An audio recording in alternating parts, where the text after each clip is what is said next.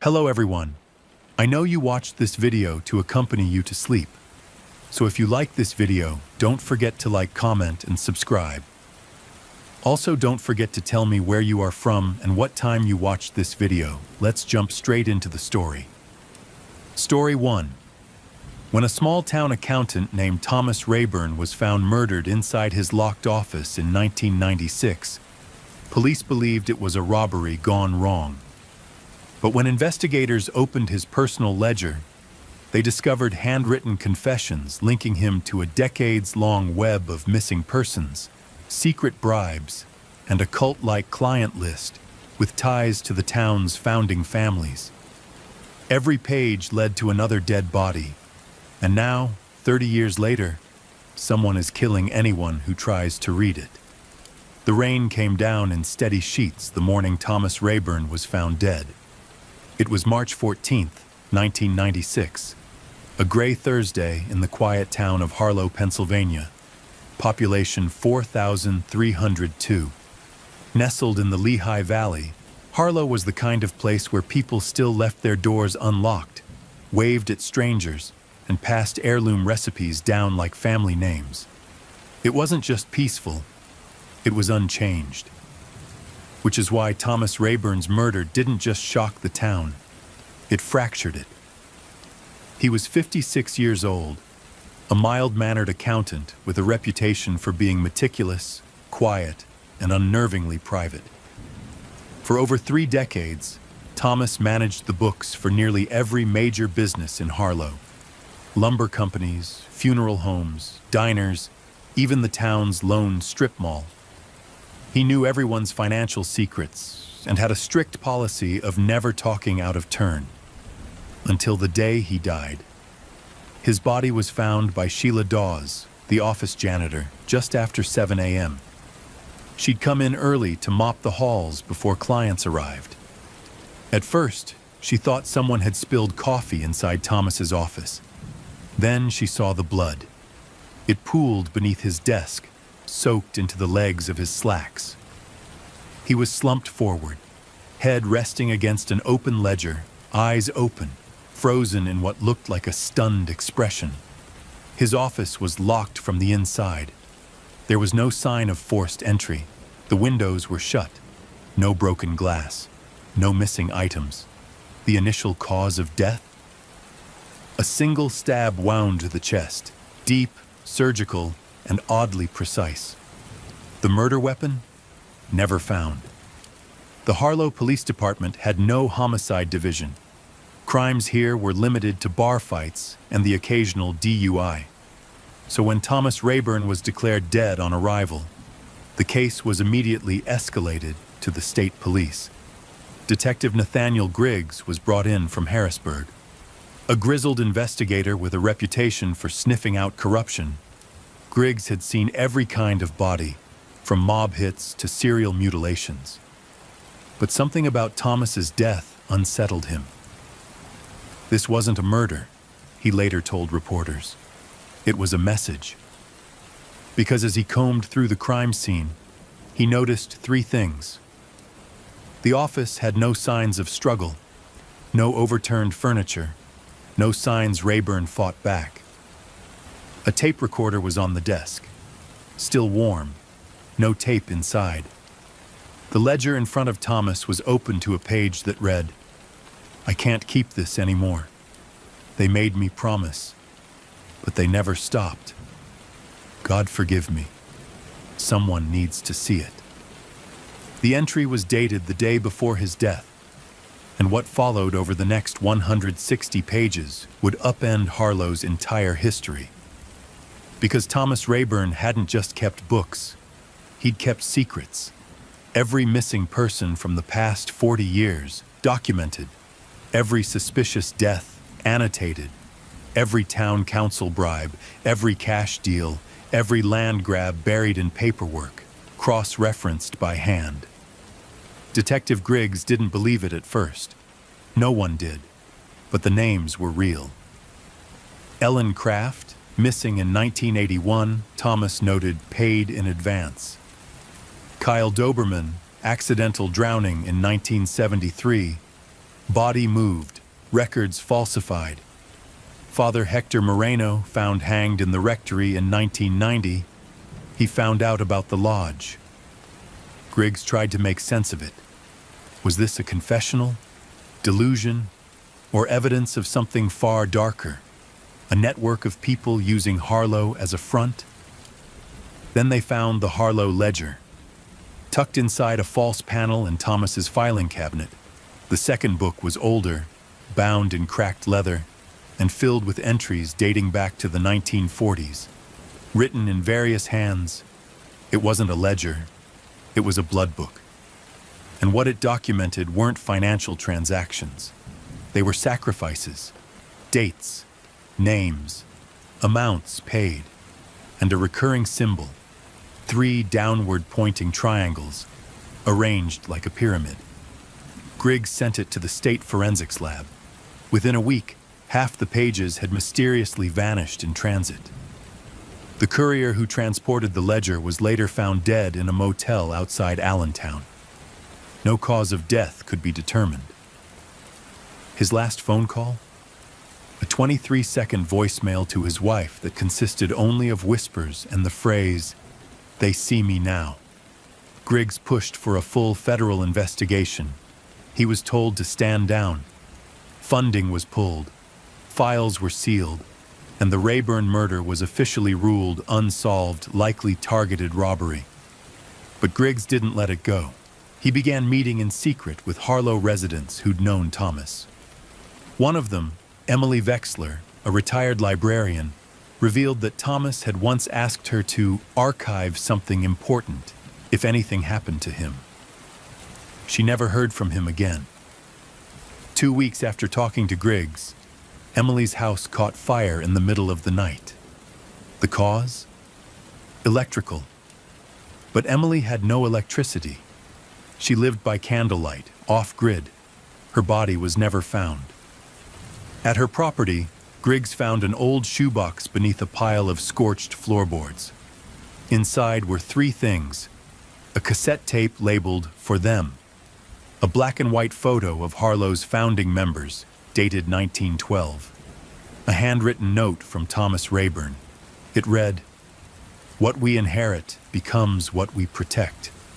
But I've protected too much.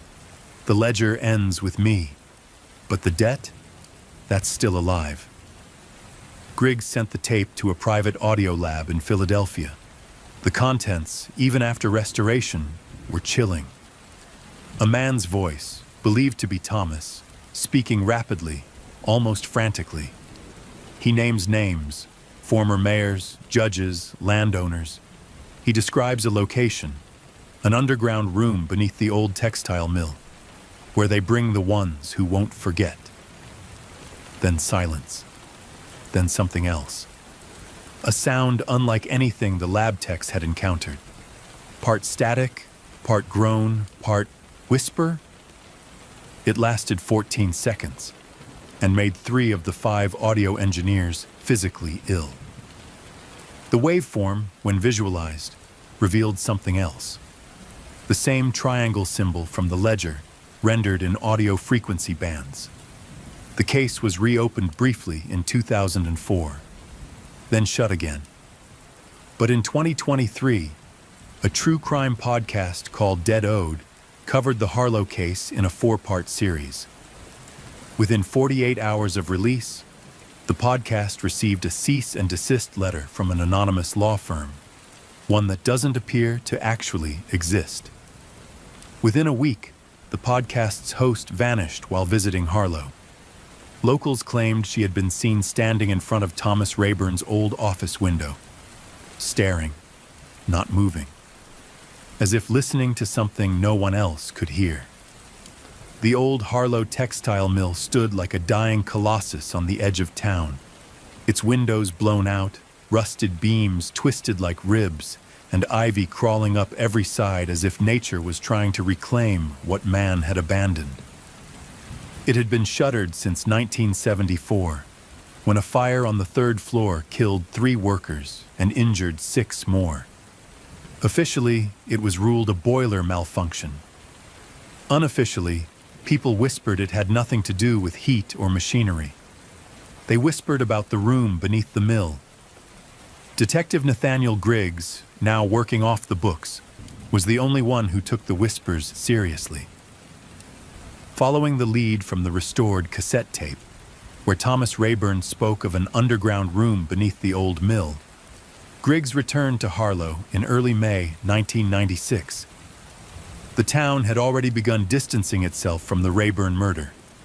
The paper stopped printing updates. The police stopped returning his calls. The mayor had all but declared the case closed. But Griggs had no intention of stopping. He pulled up to the crumbling mill just after midnight, his headlights slicing through thick fog that clung to the ground like breath. No security, no posted guards. Just the skeletal remains of a once thriving factory, and what might be hidden beneath it. Using a rusted bolt cutter, he broke the lock on the back gate and stepped into the belly of the structure. The air inside smelled of mildew, scorched wood, and something else. A metallic undertone, like blood long dried and forgotten. Griggs carried with him a flashlight, a map of the original mill layout provided by a retired fire marshal, and a voice recorder. What he found confirmed the rumors. Behind a false wall in what had once been the shipping office, he discovered a narrow stairwell, concrete steps leading downward into darkness. The flashlight's beam barely cut through the thick black. The deeper he descended, the more he noticed strange marks etched into the walls. Triangles, circles, names. One, scratched in jagged letters, read, "This is not a room, it's a mouth." When Griggs reached the bottom, he found himself in a small concrete chamber roughly 20 feet wide. A single table sat at its center. On the table, manila folders, yellowed documents, an oil lantern, and a lockbox. What disturbed him wasn't the furniture. It was the floor. The concrete was stained, not with water or soot, but with drag marks. Dark streaks that ran from the stairwell to the far wall, where the concrete gave way to old brick. That wall had an iron door, locked, chained from the outside, as if it was meant to keep something in. Griggs began recording. Detective Griggs, entry log, May 3rd, 1996. I've located what appears to be the underground room Rayburn referenced. No power, no ventilation. This place shouldn't exist. He placed the recorder on the table and began reviewing the contents of the lockbox, which he'd pried open using a crowbar. Inside were photos, dozens of them, black and white, all dated, all labeled in handwriting identical to Thomas Rayburn's. They showed people. Some were clearly mugshots, others were candid, but all had a single word scrawled beneath the image: settled. In one photo, a woman stood outside a church, settled. In another, a boy sat on a swing set, smiling, settled. The final photo chilled Griggs to his core. It was a picture of himself, taken from behind, clearly from a distance, entering the Harlow police station a week earlier. The word beneath? Pending. He nearly dropped the box. As he backed away, a low sound rumbled behind him, a grinding, dragging noise like chains shifting. The iron door on the far wall trembled, and then stopped. Griggs fled. He climbed the stairs, slammed the false wall shut behind him, and didn't stop until he reached his car. The entire recording, however, remained intact. When he listened back the next morning, he discovered something terrifying. After he left the room, the recorder, still sitting on the table, captured 12 minutes of audio. First, footsteps. Slow, measured, deliberate. Then breathing. Guttural, uneven, wet. And then a voice. Gravelly, male, barely above a whisper. Debt never dies, detective. It's past, collected, and you have been noticed. The next sound was the table shifting, dragged slightly. And finally, the recorder cut out, mid-hiss. When Griggs returned the next night, the room was empty. The photos were gone. The box was gone. But the floor was different. New drag marks, fresh, leading back toward the locked iron door. But now, one of the chains hung loose, unhooked, swinging gently, as if something had just stepped through. Griggs knew he couldn't go to the police. Instead, he went to a contact in the state archives, Dr. Maya Kessler, a forensic historian specializing in cultic financial systems. When she reviewed the copy of the original ledger Griggs had taken from Rayburn's office, her face drained of color. She told him the symbols matched those used by a secret society known as the Court of Triads, a group rumored to have operated in the early 20th century throughout coal towns in Pennsylvania. According to Kessler, the court believed in the economy of pain, the idea that suffering could be measured, banked, and redistributed. They ran towns, bought judges, owned mines. And every so often, when debts were due, someone would be selected as a settler, an offering to balance the books. The term settled, she said, didn't mean peace. It meant payment rendered. Griggs asked if she believed the cult still existed. She said no. But later that evening, she left him a voicemail. Only 3 words. I was wrong. The next day, she was found dead in her car. Carbon monoxide poisoning. No note. The windows had been taped shut from the outside. At this point, Griggs realized what Thomas Rayburn had been doing all those years. He wasn't complicit. He was a bookkeeper for evil, bound by fear, perhaps blackmailed or even born into it. But someone who finally tried to tip the scales back toward justice, and someone silenced for trying to speak. The question now wasn't who killed Rayburn. It was who else knew. Griggs returned to Harlow and began building a list. He went through every settled entry in the ledger, every photo, every whispered rumor. He started with those who might have been on the periphery, people close to the missing, people who didn't vanish but changed after certain dates. One name came up again and again: Mayor Caleb Whitmore, a third-generation Harlow native, son of a steel magnate, and known for his iron grip on the town's council and law enforcement. Whitmore had served as mayor during 3 decades of Harlow history. He was also listed 3 times in the ledger, not as a settler, but as a collector. And the dates next to his name, they corresponded with the disappearances of Jenny Plaskin, age 17, vanished in 1984. Pastor Eli Burke, declared dead in 1992. Thomas Rayburn, 1996. Whitmore had never been questioned, never investigated, and now Griggs intended to confront him. But before he could, his motel room was broken into, his car torched, and a note left under his pillow. Debts are generational. So is silence.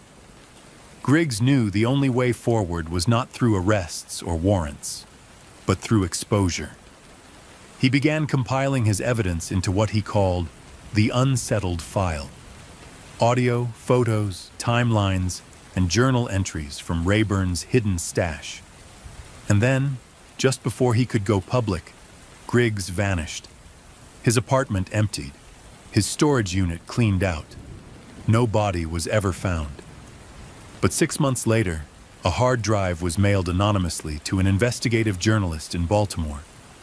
Its contents? Everything Griggs had found. And something else. A final recording. The voice of Thomas Rayburn, faint and distant, saying, "If you're hearing this, I failed. But it's not over. The books are still open, and the blood ledger is never balanced." In the town of Harlow, Mayor Caleb Whitmore was more than a politician. He was a symbol of endurance. To many, he represented stability. But to those who had dug beneath the surface, like Thomas Rayburn and Detective Nathaniel Griggs, Whitmore was something else entirely. A sentinel of the old ways. The kind of man who didn't just inherit power, he was power. Griggs' files, found months after his disappearance, contained transcripts, notes, and a shocking series of interviews, one in particular from a former city clerk named Lucinda Tolliver. Lucinda had worked at City Hall for 12 years. On the surface, she was forgettable. No one remembered her birthday. She had no family in town, but she remembered everything. She was meticulous and terrified. In a 1994 interview, Griggs recorded her confession. "I processed documents for the mayor's office, some financial, some property transfers, but the ones that chilled me were the names." She explained how, every year on October 30th, Whitmore would personally hand her a sealed envelope to be placed in the city archive. Each envelope was stamped with the town seal and labeled only by a single word: settled. "I opened one once," Lucinda admitted. "I know I shouldn't have, but it didn't look right. Had blood on the corner, like someone had sliced their finger before sealing it." Inside, she found a sheet of aged paper, ivory, handwritten, elegant cursive, and a single name: a child. The name was Elliot Sims, age 10. The year, 1987. 2 days after that envelope was filed, Elliot went missing. Whitmore publicly mourned the boy's disappearance, offering rewards, attending vigils. But Lucinda remembered the smirk on his face when he visited her office that Halloween. "He told me, 'Order requires sacrifice, Miss Tolliver. It's a hard truth, but a necessary one.' She resigned shortly after, moved away, but never forgot. When Griggs showed her the blood ledger from Rayburn's office, Lucinda nearly fainted. The names matched. The handwriting? She confirmed. It was the same as on those sealed, settled letters. Griggs believed this was his final connection. Rayburn had kept the names, but Whitmore had submitted them. And the underground room? That was the collection chamber. According to Lucinda, Whitmore came from a family deeply embedded in the Court of Triads, a secretive society that once functioned like an underground bank for the morally bankrupt. They traded not in money, but in pain, using human suffering as collateral. Her account included one more bombshell. In 1982, an audit of city finances revealed $30,000 in restricted reserves allocated to legacy civic projects. But no projects were launched that year. When asked about the funds, Whitmore claimed the money was used for community beautification, yet no invoices existed. Griggs tracked the account number and found the withdrawal occurred in Wilton, Pennsylvania, a town infamous for its connection to an unsolved series of child disappearances between 1977 and 1980, all linked reportedly to a traveling reconciliation ministry. The same name surfaced in the blood ledger: reconciliation. Kessler had told Griggs about it before she died. The Court of Triads viewed their sacrifices not as murder, but as balance. To them, victims weren't taken. They were settled for the greater good. Rayburn, it seemed, had begun rejecting this philosophy. Griggs's theory was that in his later years, Rayburn tried to subtly sabotage the system. Misfiled entries, partial payments, missed rituals, and for that, he had to be balanced, which brought the focus back to Whitmore. But the mayor was careful. No email, no cell phone. Everything ran through his office aide, a hard-faced woman named Nora Penn. She was fiercely loyal and impossibly efficient. When a Baltimore journalist named Kevin Morrow received the unsettled file and began investigating, Nora was the first to call him. She warned him that unfounded allegations could lead to legal consequences. Morrow didn't flinch. He published a piece titled "The Accountant's Ledger: Harlow's Secret Economy of Blood." It blew up online. Briefly. 2 days later, the article vanished from the publisher's site. Morrow was fired for breach of conduct, and his home was broken into. His laptop wiped. But he had made copies, and he leaked those to an independent podcast host, Amira Lane. Amira's show, Thread of Truth, did a 5-episode special on the Harlow case. Episode 3 included a voicemail that changed everything. It was from an anonymous source, heavily distorted voice, but unmistakably male. "You think this is about a bookkeeper? This town doesn't bury its sins. It gardens them, waters them, feeds them. And now, the harvest is near." Episode 4 aired the next week. It never finished broadcasting. Amira's studio was burned to the ground 2 days before Halloween. The cause? Arson? The suspect? Unknown. But spray-painted on the studio's exterior, in blood-red letters, was a single word: settled. This is where the Whitmore myth began to unravel, not because of a confession or a slip-up, but because of a birth certificate. A genealogist from Oregon, Olivia Bram, contacted Morrow with information she found in the National Archive. Caleb Whitmore's father, Donald Whitmore Sr., had legally adopted a son in 1951, but the boy's original name, Thomas Caleb Rayburn. Thomas Rayburn, the murdered accountant, was the adopted son of the previous mayor of Harlow. That meant the man who supposedly rebelled against the system had once been born into it. But why change his name? Why run? According to Olivia, the adoption records were sealed, but the birth records listed his place of origin as Wilton, PA, home of the Reconciliation cult. The working theory among researchers: Rayburn was the intended heir to the cultic throne but rejected it, faked a death, changed his name, started over. But bloodlines in the world of the triads weren't erased. They were hunted. And Whitmore? He was not Rayburn's brother. He was the successor, adopted into the same family, trained by the same father. But unlike Thomas, Caleb embraced the role. He carried the blood ledger into the modern day, digitized it, hid it in public records, kept the names flowing, until Thomas tried to burn it all down from the inside. And now, Rayburn was dead. Griggs was gone. And Harlow's secrets were more dangerous than ever. The fire that gutted Amira Lane's podcast studio sent a clear message to anyone paying attention. Harlow was not done settling debts. The media silence that followed was deafening. It was as though a curtain had fallen over the entire case. But behind that curtain, in the forgotten corners of the internet, in secure archives and encrypted forums, the truth kept burning. At the center of it all was a term found repeatedly in Rayburn's ledger: the collector's code. For weeks after the fire, Kevin Morrow, the journalist who had originally blown the story open, lived under an assumed name in a cabin outside Asheville, North Carolina. The trauma had left him shaken, but he hadn't stopped digging. He found it in a microfilm reel stored in the Harlow Historical Society, labeled innocently as Civic Honor Agreements, 1891 to 1903. The document Morrow uncovered was handwritten in an archaic script on vellum paper, signed by 8 men.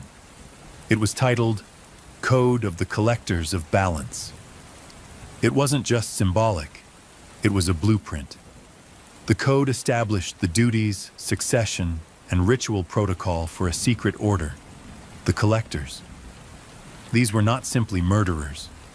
They were keepers of equilibrium, guardians of what they believed to be the balance between chaos and order. The code outlined 3 immutable laws. No name is taken without consent. All blood must be balanced by contribution. The collector must remain unknown to all but the court. But the word consent didn't mean what it appeared to. Under the code, consent could be inherited, presumed, or delegated by authority. Meaning, if your parent had entered the ledger, even unwillingly, you were considered already part of the system. And contribution? That wasn't just about blood. It was about silence, loyalty, and obedience. Those who tried to leave paid in kind. One section in particular chilled Morrow. Those born of marked lineage shall, upon maturity, either accept the role or face collection. The collector must never weep. The collector must never beg. The collector must preserve balance at all costs. Morrow knew what it meant. Rayburn had been a collector, or at least trained to be one. But he ran, faked a life as an accountant, lived in quiet torment as the names mounted in the ledger, and his past stalked him like a second shadow, which is where the final mystery deepened. The ledger contained a column that had baffled everyone, a numerical code, 6 digits, different beside each name. At first, Morrow assumed it was a birth date or town code, but when he ran the numbers through old property tax archives, something clicked. Each code corresponded to parcel numbers, property plots. Griggs had hinted at this before vanishing. In his last message to Lucinda Tolliver, he wrote, "The soil remembers. The land keeps score. The names aren't just records, they're markers." So Morrow returned to Harlow, covertly, using a drone to scan the GPS locations of the plot numbers listed in the ledger. What he found defied belief. Each parcel was exactly 33 feet by 33 feet. Perfect squares. Spread across farmland, wooded areas, abandoned lots. Most with nothing on them but a single stone. Not gravestones. No names. Just a carved triangle with a single vertical slash through the center. The mark of the triads. He mapped 38 of them before his drone feed cut out. The next day, his storage locker was broken into. Nothing stolen, except the external hard drives. But by then, he'd already made a deal. In upstate New York, a woman named Mila Rowan, a data archivist and amateur codebreaker, had taken an interest in the Harlow case after listening to Amira Lane's now erased podcast. She agreed to help Morrow piece together what the 6-digit codes might truly mean. What she discovered was staggering. Each 6-digit parcel number corresponded to historical census data, grouped not just by property, but by bloodlines. Names from 1880 census rosters, whole families. The codes showed generational targeting, not random killings, but a systemized thinning of particular trees in the human forest. Mila unearthed a file from the National Genealogical Records Office with a surname from the ledger, Harridan. The Harridan family appeared across 5 generations, each with members who died under mysterious circumstances. Fires, disappearances, suicides. All within 10 miles of Harlow.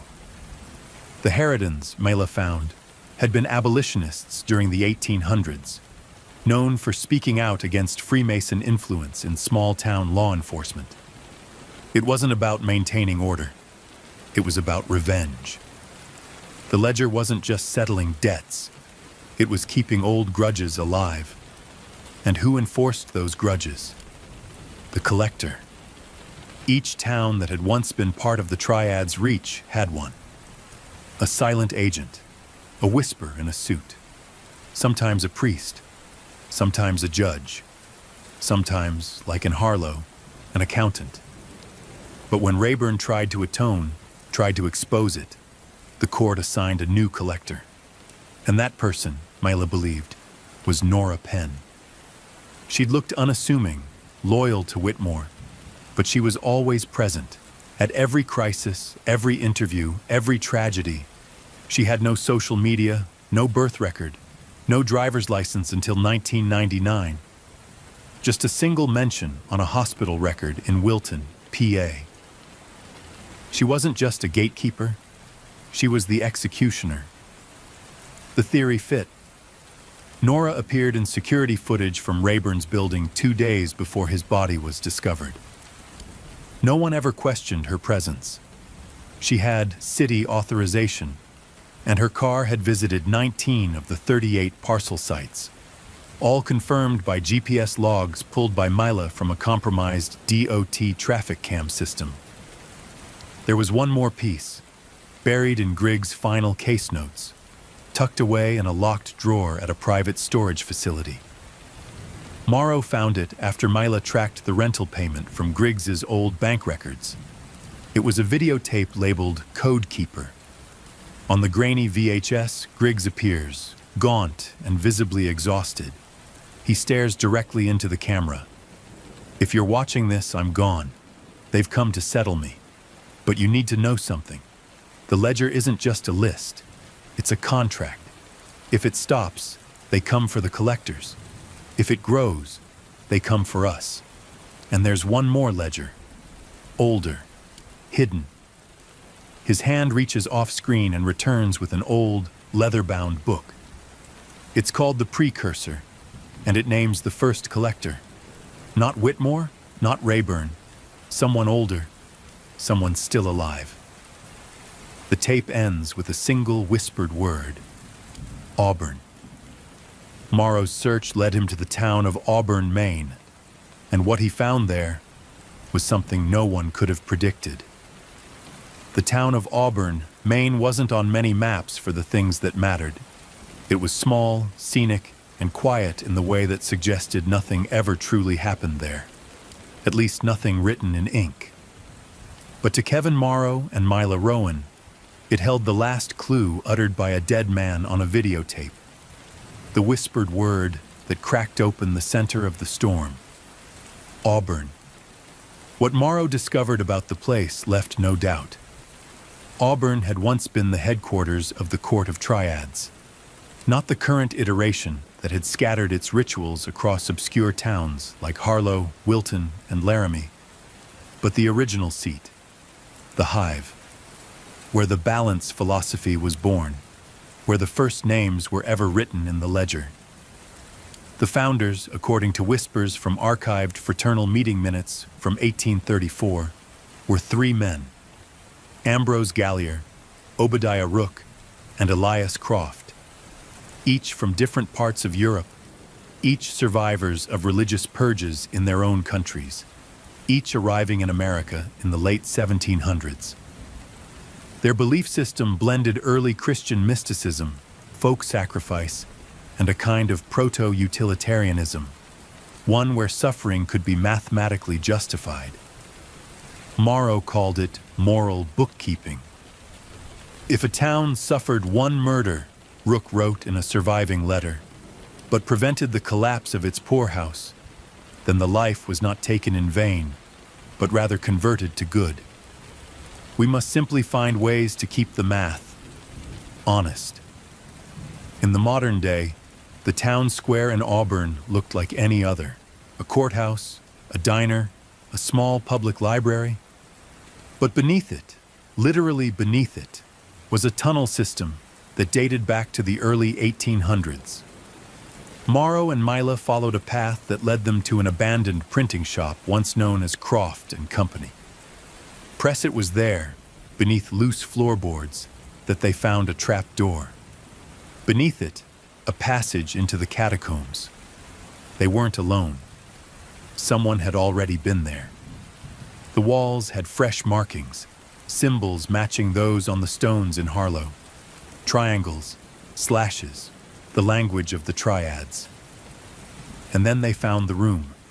Stone walls, no lights, a single altar carved from marble and stained with what looked like blood. In the center of the room sat a chair, throne-like, with deep grooves in the arms. as though fingers had clutched the stone in pain or prayer for centuries. Etched into the back wall was a single name: Morrow. At first, Kevin froze, thought he was hallucinating, but Mila ran her fingers over the carving.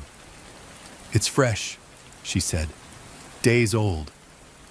And that's when the sound came. A cough, weak, rasping, from the far corner.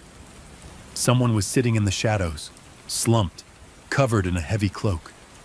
And as they turned their face toward the weak beam of Morrow's flashlight, he gasped. It was Thomas Rayburn, alive, or so it seemed. But Rayburn looked changed, hollow, like he had spent years in this chamber, though it had been barely a year since his supposed death.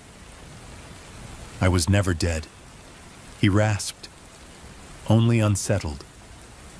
He had faked his own murder, used one of the old rituals to erase himself from the ledger temporarily. Rayburn confessed it all. He had been born Thomas Caleb Whitmore, son of Donald Whitmore Sr., the High Clerk of Auburn and founder of the modern court. He was raised not to love, but to tally, not to live, but to record. At age 10, he was branded with the collector's mark, a ceremonial cut hidden beneath the rib cage, meant to bind him to the code.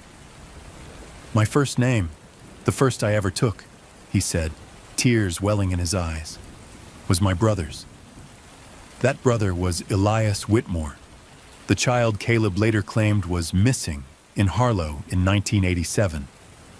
Rayburn had fled shortly after, sickened by the order, and tried to build a life as someone else. But the ledger never stopped following him, because once a name enters the ledger, it cannot be erased, only settled. Which meant as long as Rayburn was alive, someone else had to take his place on the collector's seat. That was Nora Penn. Rayburn had tried to stop her. That's why he came to Auburn, to confront the first collector, whose name he believed was still encoded in the precursor ledger. But he failed. Because the first collector was not a name. It was a title, passed through a bloodline, housed in a body, transferred when one collector settled the other. "There must always be one," Rayburn said, "even if they refuse." Which brought Mila and Kevin to the most horrifying realization yet. Kevin's name was now in the ledger, not because of any crime, but because he had seen too much. He was part of the balance now, and unless he accepted the mantle or found a replacement, the ledger would demand his settling. Mila found proof in Rayburn's satchel, a fresh page of the ledger, written in that same pristine cursive, ink still wet. It read, "Kevin Morrow, Observer, 2025, code 119983, and beneath it, accepted." Mila screamed, tearing the page to shreds, but Rayburn only shook his head. "The ledger is never paper.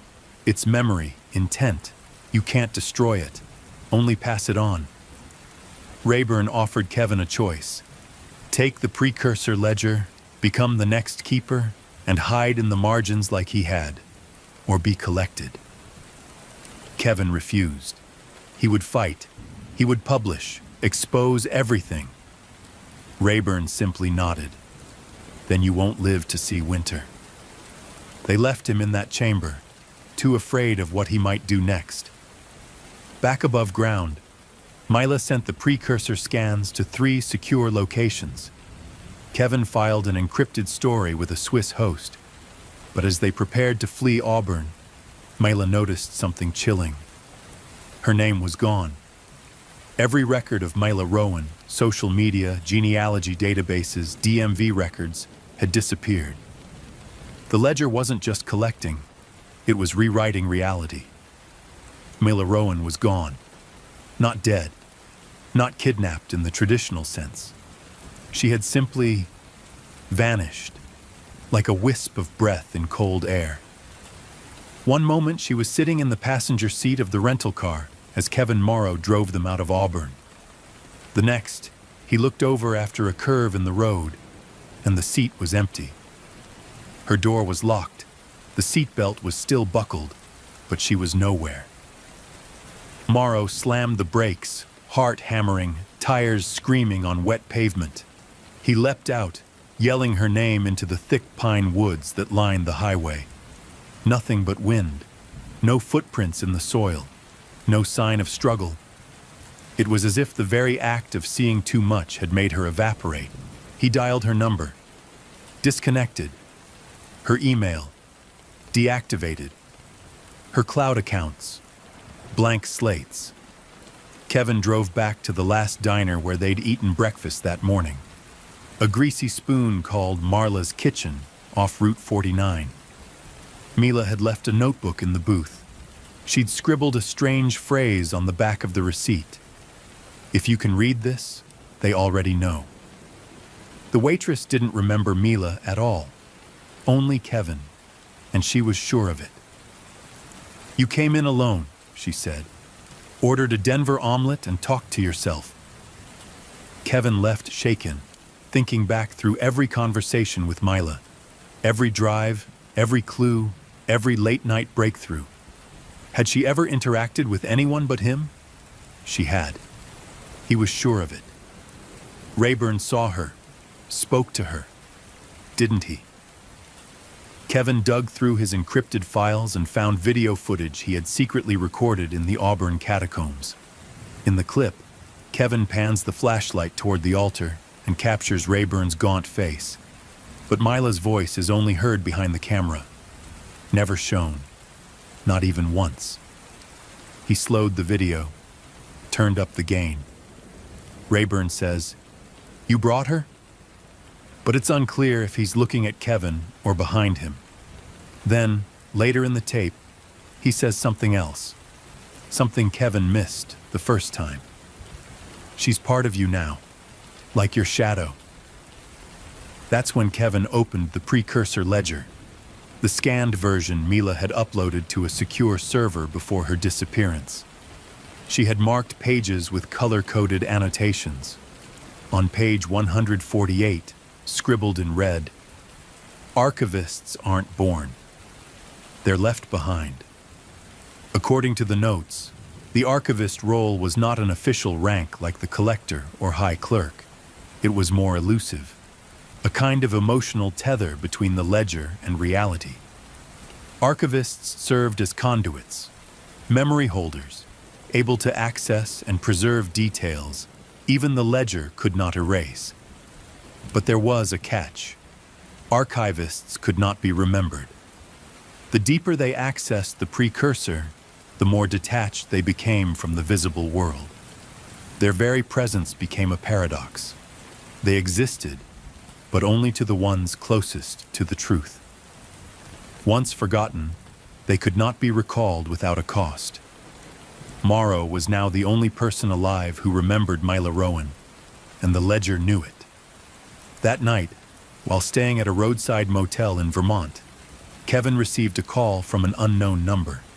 A man's voice answered. "Do you want her back?" Kevin froze. "Who is this?" "A collector. Temporarily disavowed.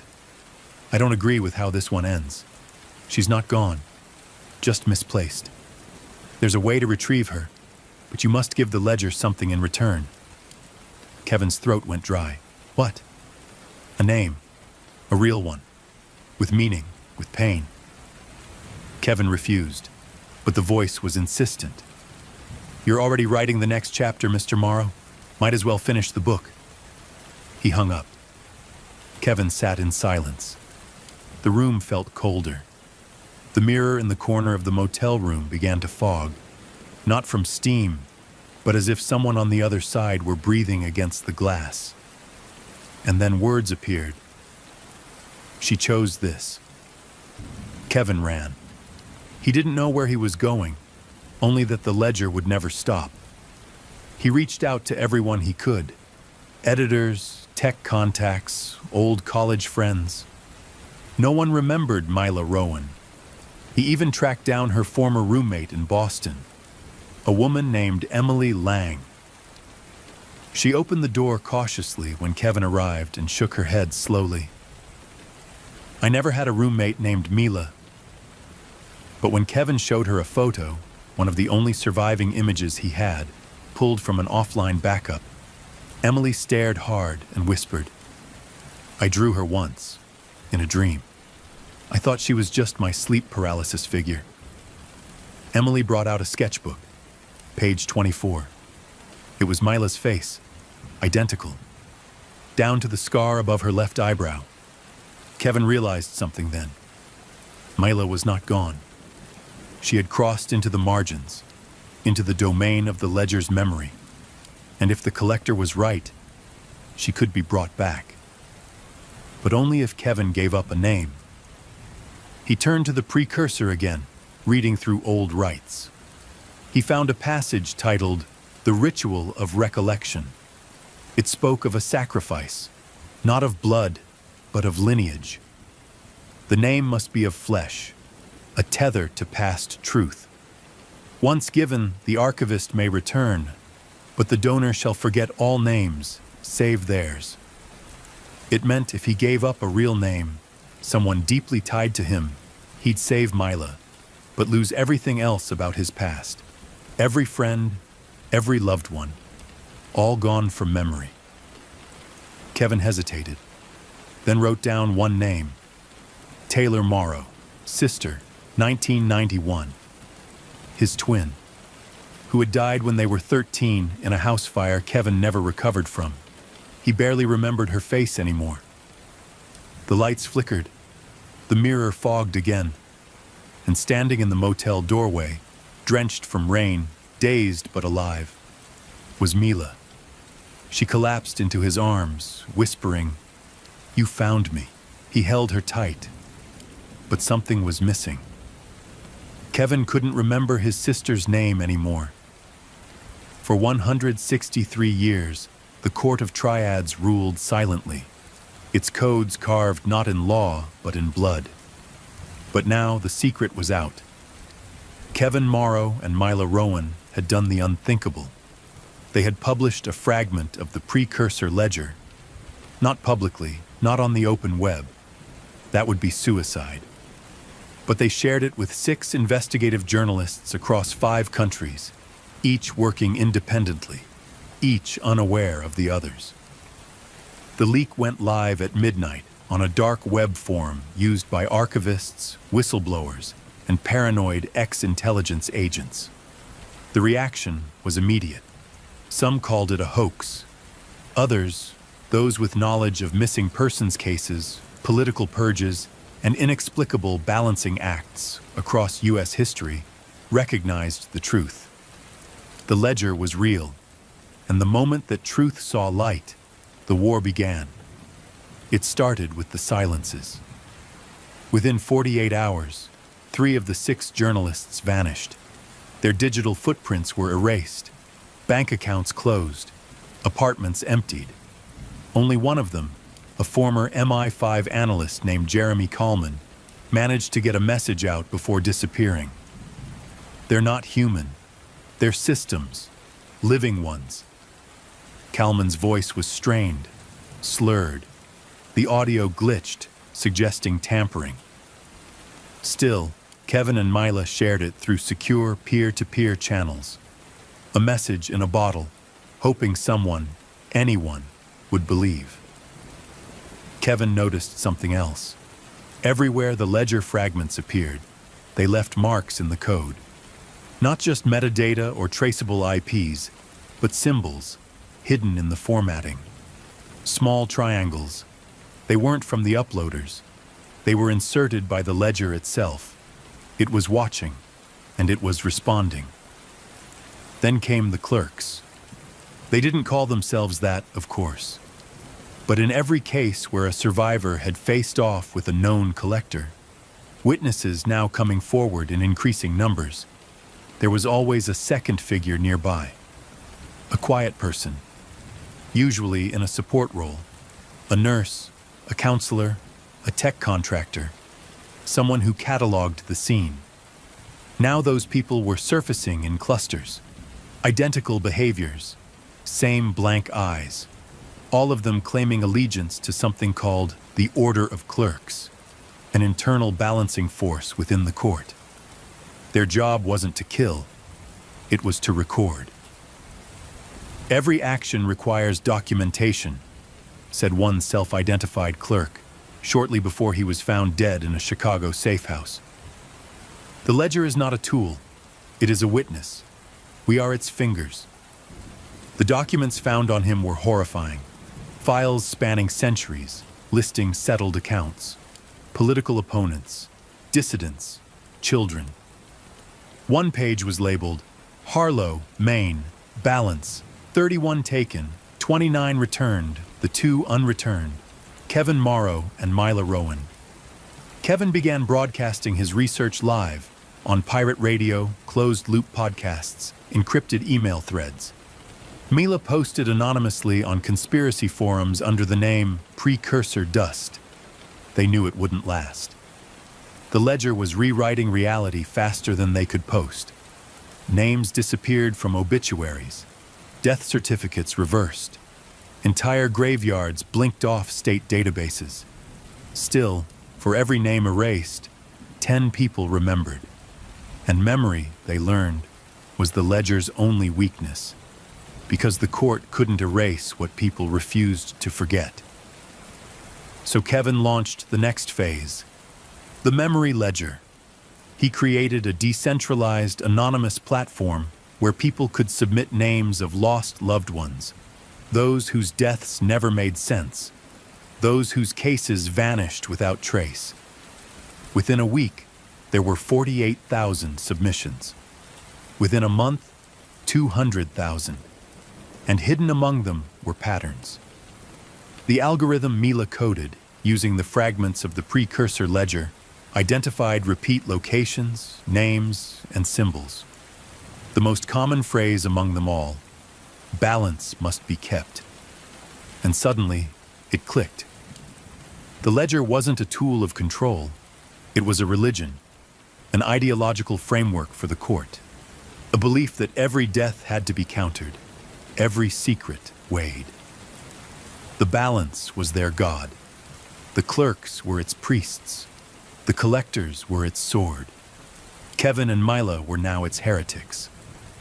The retaliation came swiftly. Their broadcast station in upstate New York was raided, not by police, but by men and women dressed as utility workers. No badges, no warrants, just gas canisters and static disruptors. Kevin and Mila narrowly escaped, hiding in the basement of a bookstore run by a man named Jonah Creel, an ex-collector turned defector. Creel was gaunt, quiet, but his words carried weight. "You're doing it wrong," he told them. "You're exposing the system without creating a new one. That's why they always win. People want balance. Without it, they fall into chaos. The ledger gives them a myth they can cling to." Mila asked him if it could be destroyed. Creel shook his head. "It's not a thing. It's an idea. You don't destroy it. You overwrite it." So they did.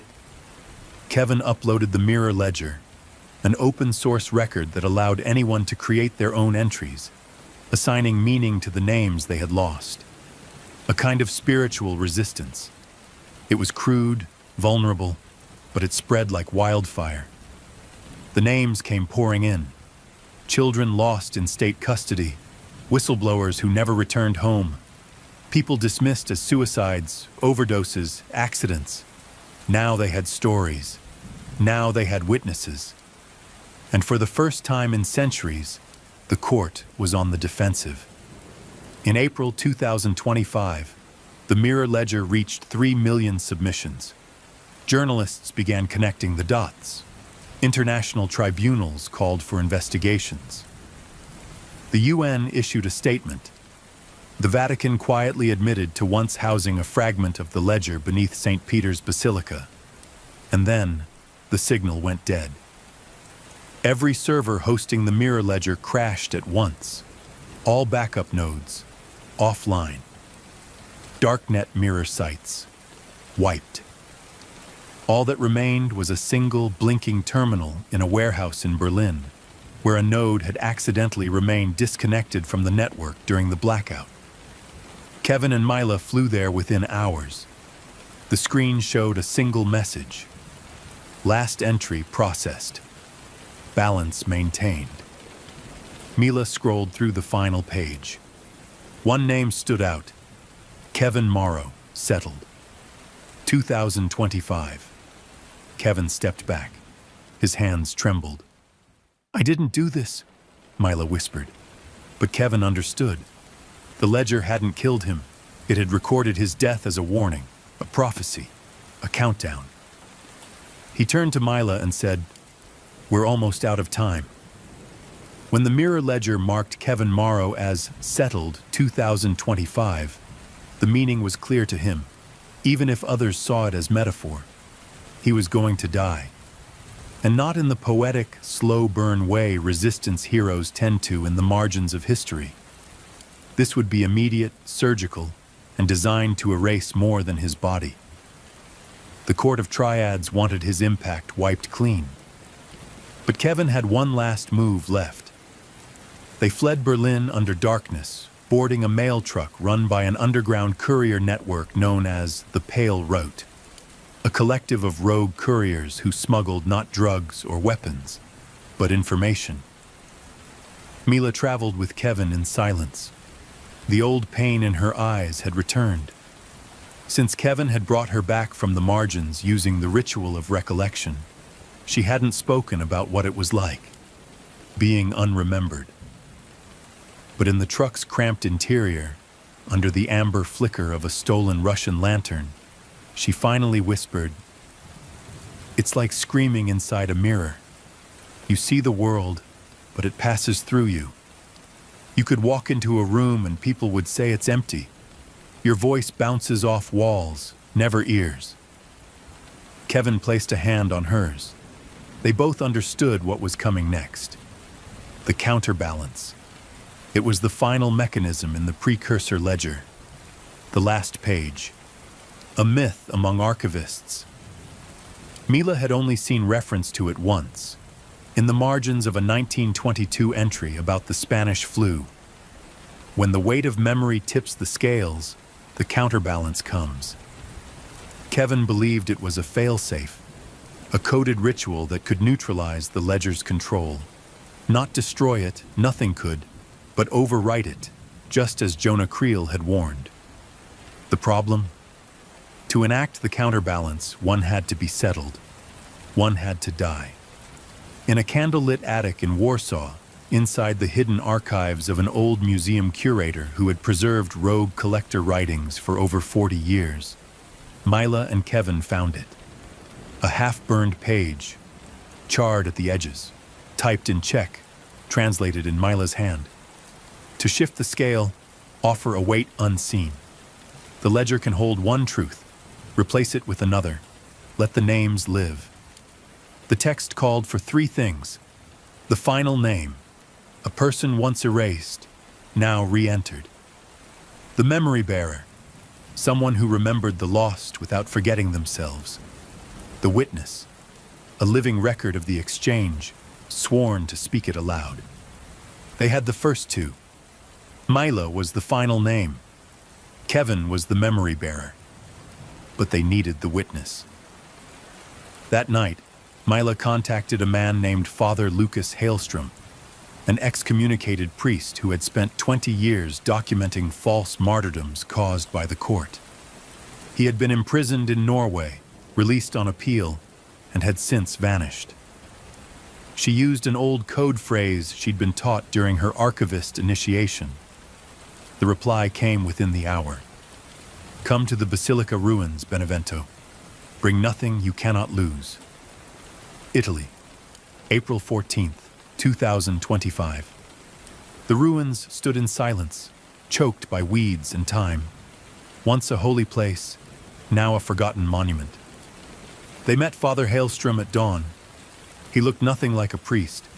Weathered, wild hair, a heavy cross of iron around his neck, rusted to a dull crimson. He listened to Mila's story without interrupting, then nodded slowly. The ledger is a language. You don't fight it with guns. You overwrite its grammar. Kevin recited his plan. They would re-enter Mila into the memory ledger, live, with Father Hailstrom recording the moment as the final witness. Then, Kevin would offer himself as the counterweight, a name that meant something, a name tied to every revelation. His. Father Hailstrom frowned. If you do this, she stays. You go. There's no revival this time. Kevin nodded. He handed Mila a flash drive. It has everything. The ledger fragments, the mirror servers, the safe node locations. You keep it alive. Mila shook her head. We find another way. But they both knew this was it. They stood beneath the ruined dome. Father Hailstrom began to read aloud the ritual in Latin. The wind shifted. The air pulsed. Kevin stepped forward and recited Mila's name. Mila Rowan. Archivist. Reclaimed. Remembered. The moment he spoke it, Mila gasped, as if a tether inside her snapped. Her eyes flooded with memory. Childhood, her parents' faces, her favorite song, all returned in a flood. Then Kevin spoke his own. Kevin Thomas Morrow. Witness. Memory bearer. Settled. The stones rumbled. A low, thrumming sound filled the dome. The cross around Hailstrom's neck cracked down the center, and Kevin vanished. No explosion, no scream, just absence. Father Hailstrom collapsed to his knees. Mila stood alone in the basilica, holding the flash drive, tears streaming down her face. The ledger had accepted the exchange, but Kevin Morrow was gone. Across the globe, something shifted. The mirror ledger rebooted. All previously deleted names returned. Every erased entry, every vanished soul, reappeared with a timestamp labeled Counterbalance Executed. For the first time in 163 years, the ledger was incomplete, and the Court of Triads was silent. For one full week, no known collector made a move. Clerks vanished from records. Triad-associated shell corporations liquidated. The balance had been broken, but it wouldn't last. Mila knew this. Systems like the ledger don't die. They hibernate. She traveled underground, delivering pieces of the ledger to survivors in hiding. Archivists in Venezuela, rogue agents in New Zealand, a boy in Korea who could dream the names of the forgotten. She taught them how to remember, because that was the real power. Not the ledger, not the rituals, but the human mind's refusal to forget. 1 year later, a journalist found a photo in a burned-out archive beneath a university in Maine. It was cracked and dusty, but the face was clear. Kevin Morrow. Behind him stood a woman, blurry but unmistakably Mila, and in Kevin's hand, a note. Truth is only dangerous when no one dares to remember it. In the months following Kevin Morrow's sacrifice, a fragile stillness cloaked the world of the ledger. For the first time in living memory, there were no sightings of collectors, no whispers of midnight settlements.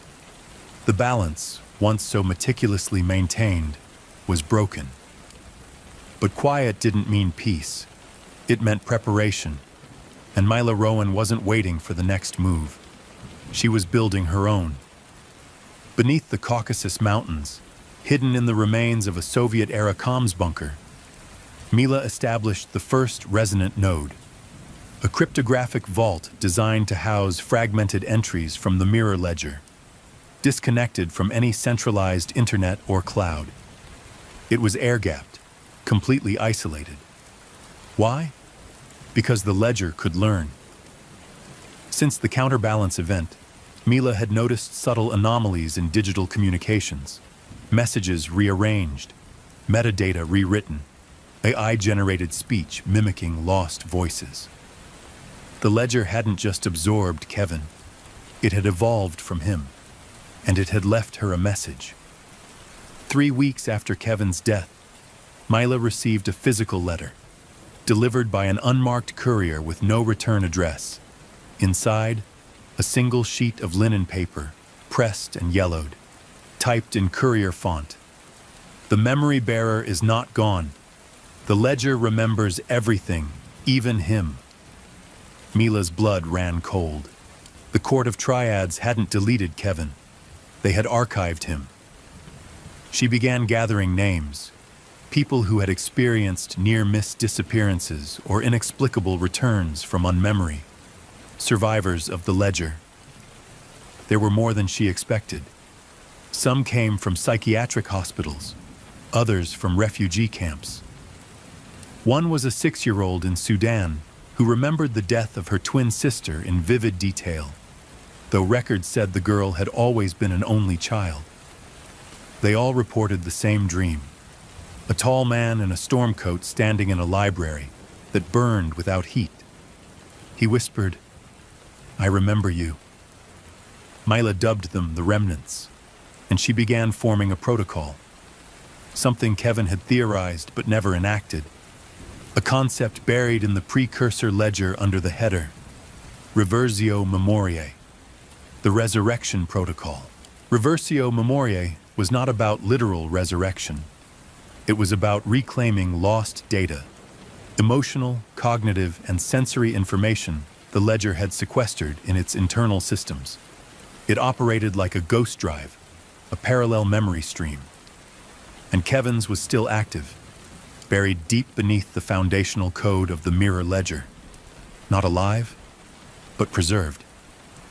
Mila needed 2 things: a neural bridge, a human mind compatible enough to reabsorb ledger memory without collapse, a Nemo chamber, a resonance engine room capable of hosting the emotional frequencies stored in Kevin's arc. She had both. The remnants provided the first.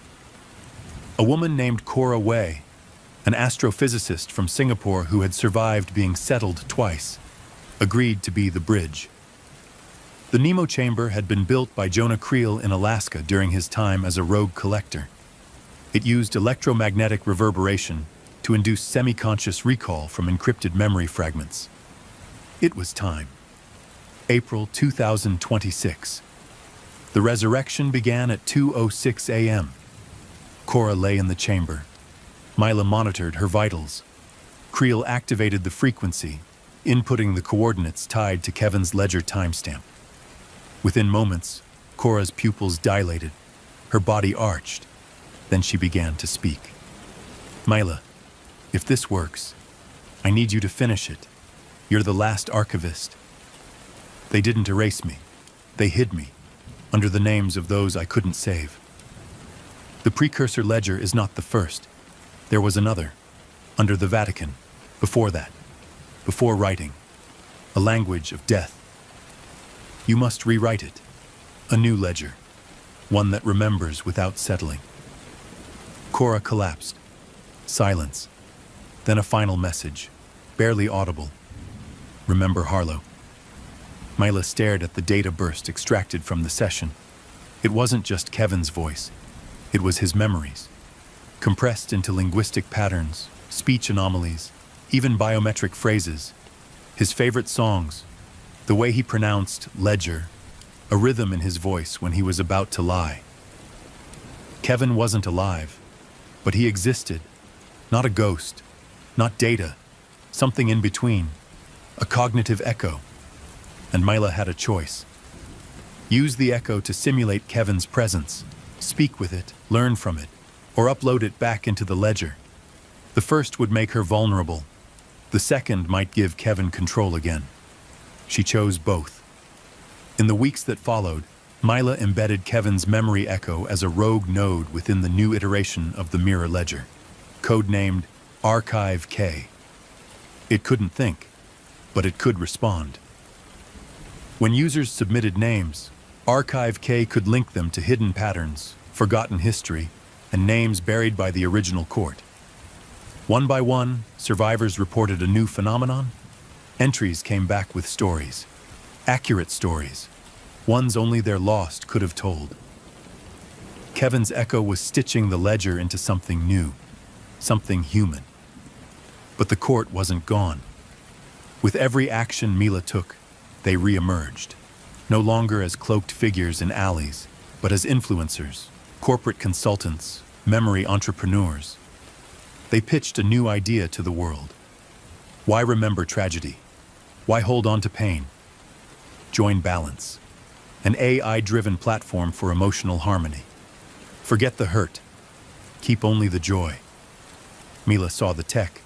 It was Ledger 2.0, a polished corporate rebranding of control, a neural soft wipe disguised as mental wellness, and their first beta city? Harlow, Maine. So Mila returned, back to where it began. The town was different, shinier, surveillance everywhere, billboards about cognitive clarity, churches turned into balance hubs.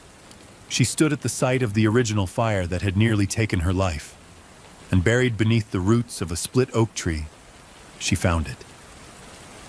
Kevin's original notes, laminated, wrapped in copper mesh, the first ledger fragments, real names, dates, faces, and one last phrase handwritten in pencil. If you're reading this, it means the court is still afraid of you. Don't fight the balance. Rewrite it. The return to Harlow was more than symbolic. It was war, not with guns or explosions, but with memory, code, and story. Mila Rowan walked the streets of her childhood town with a heart filled not with fear, but with purpose. Balance, the ledger's shiny new skin, pulsed through every screen and speaker, promising peace through forgetting. But she knew the truth. The new ledger wasn't offering relief. It was erasing context, the very fuel of resistance, and it was using Kevin's sacrifice to do it. The mirror ledger had mutated. After Kevin's counterbalance broke its structure, it adapted, folding his residual echo into its algorithm and masking its true function. Users across Harlow accessed Balance's services, thinking they were clearing trauma.